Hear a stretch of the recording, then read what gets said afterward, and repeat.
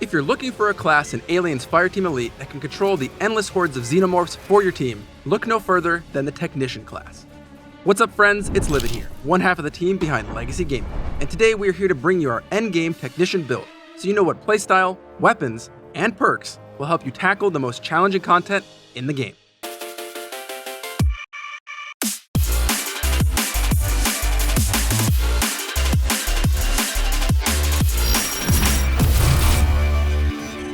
The Technician is a class that just speaks to the support players among us, who like to actively be doing things during combat. We aren't talking healing or simply popping a single global ability. The Technician is most at home weaving in and out of combat, actively watching cooldowns, and maintaining both offensive and defensive buffs in different locations during combat. I think it's safe to say, at the current time, the Technician is the best class for overall combat control. That is, of course, if you understand not only how to effectively build your abilities, but how to correctly use them. And let me just say, after countless hours of matchmaking with random players, there's a lot of nuance Technician players are missing regarding this class. Now normally we talk here about why the passive ability on a class is so important to understand, but the Technician's cross-platform synergy really only has one benefit. Now if you're near the Technician's turret, you will automatically take 10% less damage from enemies. It's not a massive radius, but it can certainly matter on the hardest difficulties when enemies hit like absolute trucks. The other thing this passive includes is that when you are near your turret, it heals it by 5% every second. Now I'll just say that this is pretty much useless, because if you didn't know this already, simply just picking up your turret, waiting the second for it to cool down, and placing it right back in position will completely restore its health. If you are tackling Horde mode at the hardest difficulty, paying attention to your turret's health and repositioning it is vital to your success with this class. This also gives us the perfect opportunity to talk about the turret. And I will say right now, if you aren't replacing the base turret with the incinerator turret, you are severely missing out on a game-changing modification. For whatever reason, the incinerator turret tracks and attacks targets insanely well and insanely fast. Additionally, when flames are hitting a target, it is being engulfed in constant damage. This means not only are you hitting weak points with this, but you are also able to proc other perks based on the insane damage tick rate that this delivers. It's also crucial to point out that with turrets, you want to be placing them in the hardest to reach positions to avoid enemies closing the gap and destroying them. At harder difficulties, this will be almost instant. You can place these on top of railings, boxes, and pretty much any elevated surface. You just gotta look around for the good position. The other essential ability in your kit, Charged Coils, initially provides you with some AoE static grid that slowly damages and greatly reduces the movement speed of enemies. Now you can stick this to things like floors, walls, ceilings, and even enemies. The most important, of course, being elites. Now I see a lot of Technicians tossing these on the ground, and that's fine if it's just a massive amount of generic aliens coming at you. But when the big boys step out onto the field, you need to be throwing these straight onto their heads, so that the static grid follows them and keeps them and all enemies around them as they move slowed for the entire duration. This trick alone will absolutely change the way you play this class. Now we'll touch on the perk grid later on, but with all of that in mind, some important things to note. With these two abilities together, we will end up providing more slow, damage reduction on enemies, damage buffs to your allies, armor reduction, and even a consistent way to stumble and knock down enemies.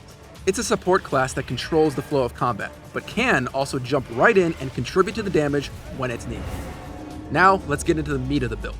And what better way than by giving you our preferred weapons options, and for the Technician, you are in the unique position of having a handgun slot and a CQW slot.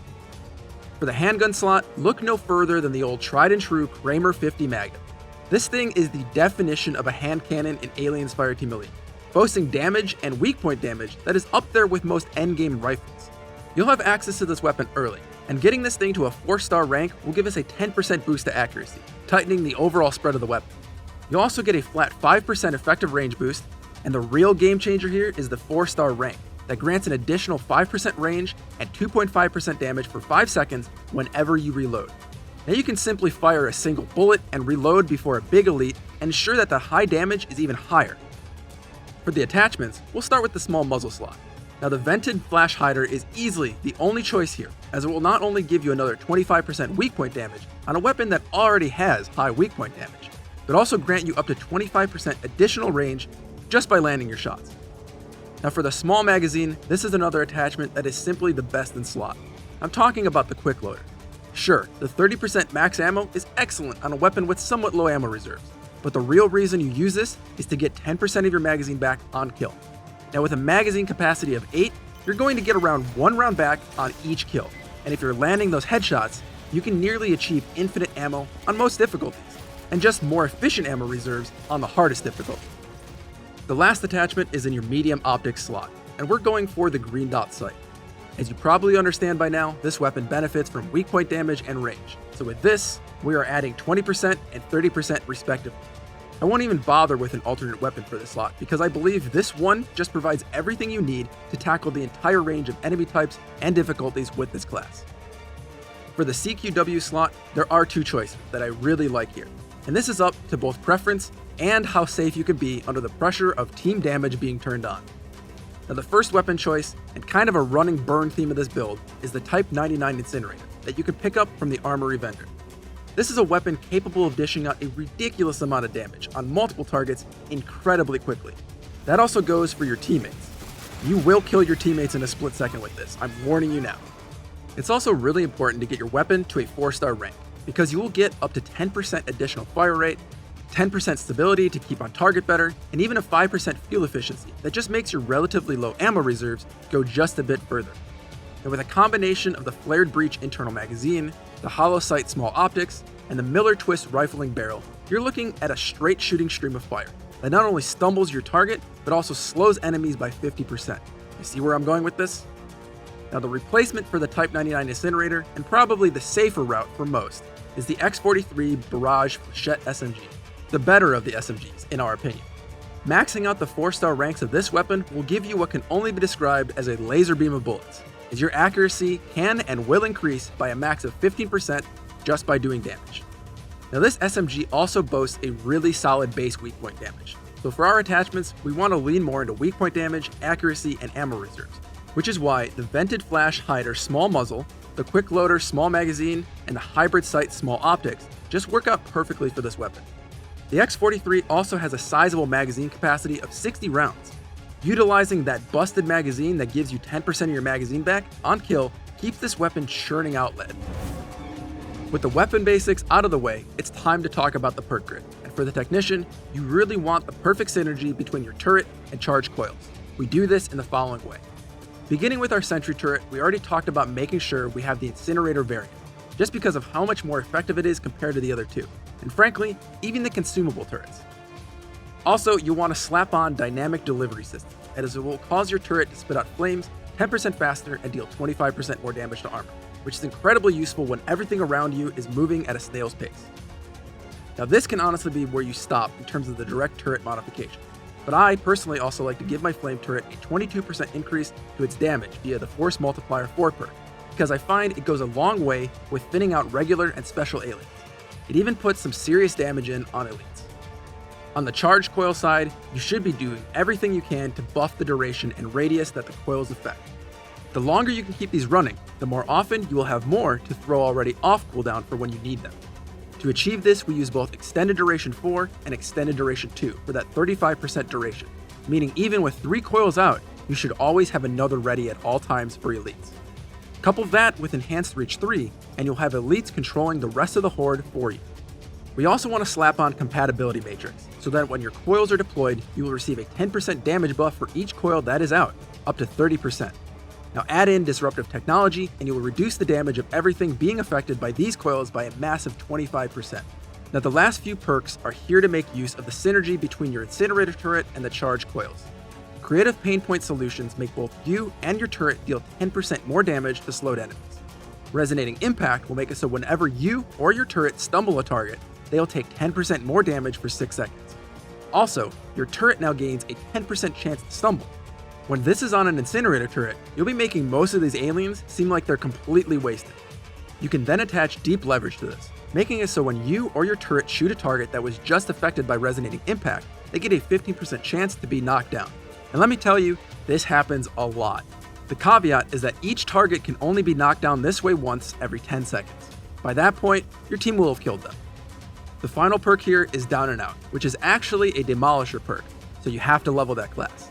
This makes it so that you deal 20% more damage to any enemies that are stunned or knocked down, and this is across the board, from either you or your allies. Hopefully you see how all of these beautifully work together to provide the strongest control kit in the game.